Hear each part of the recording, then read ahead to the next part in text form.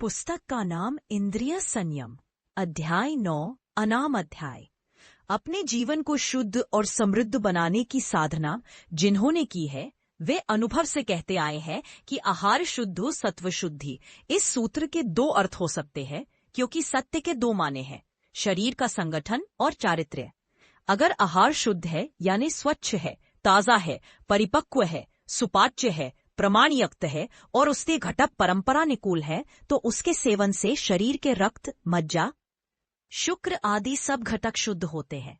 वात, पित्त, कफ आदि की साम्यावस्था रहती रहे और सप्त धातु परिपुष्ट होकर शरीर सुदृढ़, कार्यक्षम तथा सब तरह के आघात सहन करने के योग्य बनता है और इस आरोग्य का मन पर भी अच्छा असर होता है। आहार शुद्धि का दूसरा और व्यापक अर्थ यह है कि आहार यदि प्रामाणिक है, हिंसा शून्य है और यज्ञ, दान, तप का फर्ज अदा करने के बाद प्राप्त किया गया है, तो उससे चारित्र्य शुद्धि में पूरी मदद मिलती है। चारित्र्य शुद्धि का आधार इस प्रकार की आहार शुद्धि पर ही निर्भर है। अगर यह बात सही है, आहार का चरित्र पर इतना असर है, तो बिहार का यानी लैंगिक शुद्धि का चरित्र पर कितना प्रभाव हो सकता है, इसका अनुमान करना कठिन नहीं होना चाहिए। जिसे हम काम विकार कहते हैं अथवा लैंगिक आकर्षण कहते हैं, वह केवल शारीरिक भावना नहीं है। मनुष्य के सारे पहलू उसमें उत्तेजित हो जाते हैं और अपना अपना काम करते हैं। इसलिए जिसमें शरीर, मन, हृदय की भावनाएं और आत्मिक निष्ठा सबका सहयोग अपरिहार्य है, ऐसी प्रवृत्ति का विचार एकांगी दृष्टि से नहीं होना चाहिए। जीवन के सार्वभौम और सर्वोत्तम मूल्य से ही उसका विचार करना चाहिए। जिस आचरण में शारीरिक प्रेरणा के वश में होकर बाकी के सब तत्वों का अपमान किया जाता है, वह आचरण समाज द्रोह तो करता ही है, लेकिन उससे भी अधिक अपने व्यक्तित्व के प्रति महान द्रोह करता है। लोग जिसे वैवाहिक प्रेम कहते हैं, उसके तीन पहलू हैं। एक भोग से संबद्ध रखता है, दूसरा प्रजातंतु से और तीसरा भावना की उत्कटता से। पहली प्रधानता शारीरिक है, दूसरी मुख्यतः सामाजिक और व्यापक अर्थ में आध्यात्मिक। यह तीसरा तत्व सबसे महत्व का सार वह भौम है और उसी का असर जब पहले दोनों के ऊपर पूरा पड़ता है, तभी वे दोनों उत्कट, तृप्तिदायक और पवित्र बनते हैं। इन तीनों तत्वों में से पहला तत्व बिल्कुल पार्थिव होने से उसकी स्वाभाविक मर्यादाएं भी होती है। भोग से शरीर क्षीण होता है, अति सेवन से भोग शक्ति भी क्षीण होती है और भोग भी नीरस हो जाते हैं। भोग से संयम का प्रमाण जितना अधिक होगा, उतनी ही अधिक उसकी उत्कृष्टता होगी।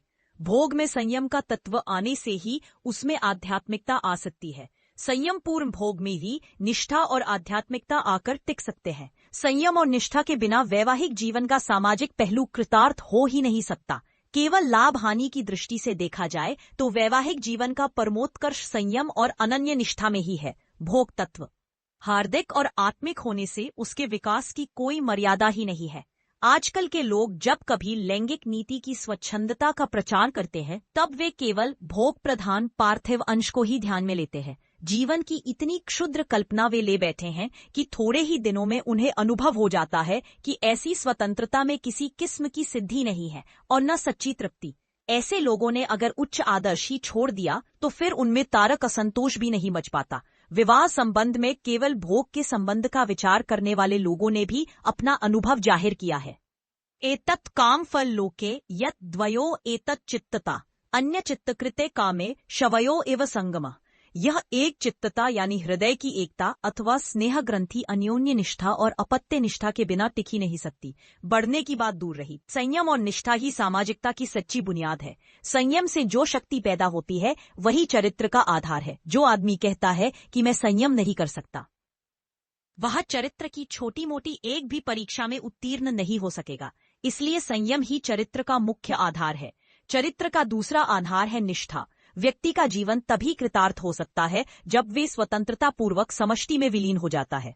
व्यक्ति स्वातंत्र्य को संभालते हुए अगर समाज परायणता सिद्ध करनी हो तो वह अनन्य निष्ठा के बिना हो नहीं सकती, और अखिल समाज के प्रति एक सी अनन्य निष्ठा तभी सिद्ध होती है जब ब्रह्मचर्य का पालन करता है, अर्थात कम से कम वैवाहिक जीवन को परस्पर दृढ़ निष्ठा से प्रारंभ करता है। अनन्य निष्ठा जब आदर्श कोटि तक पहुंचती है, तब वहीं से सच्ची समाज सेवा शुरू होती है। अंत में हम यही कहना चाहते हैं कि मन के जीते जीत है, मन के हारे हार। अगर आपने अपने मन को वश में कर लिया है और आप उस पर विवेक का अंकुश रखते हैं तो आपको संसार के व्यवहार करते हुए भी कोई कठिनाई प्रतीत न होगी। वैराग्य, त्याग, विरक्ति, इन महातत्वों का सीधा संबंध अपने मनोभावों से है।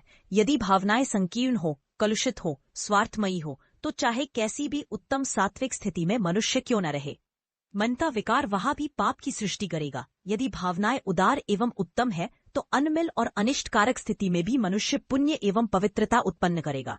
महात्मा इमर्सन कहा करते थे कि मुझे नरक में भेज दिया जाए तो भी मैं वहां अपने लिए स्वर्ग मना लूंगा। वास्तविक बात यही है कि बुराई भलाई हमारे ही मन से उत्पन्न होती है। हमारी इंद्रियां अगर बुरे मार्ग पर जाती है तो उसकी जिम्मेदारी किसी दूसरे पर नहीं वरना स्वयं मन पर ही है। अगर हमारा मन सुमार्गगामी रहकर इंद्रियों को संयम में रखे तो समस्त सांसारिक कार्यों को करते हुए भी हम सादगी के अधिकारी बन सकते हैं।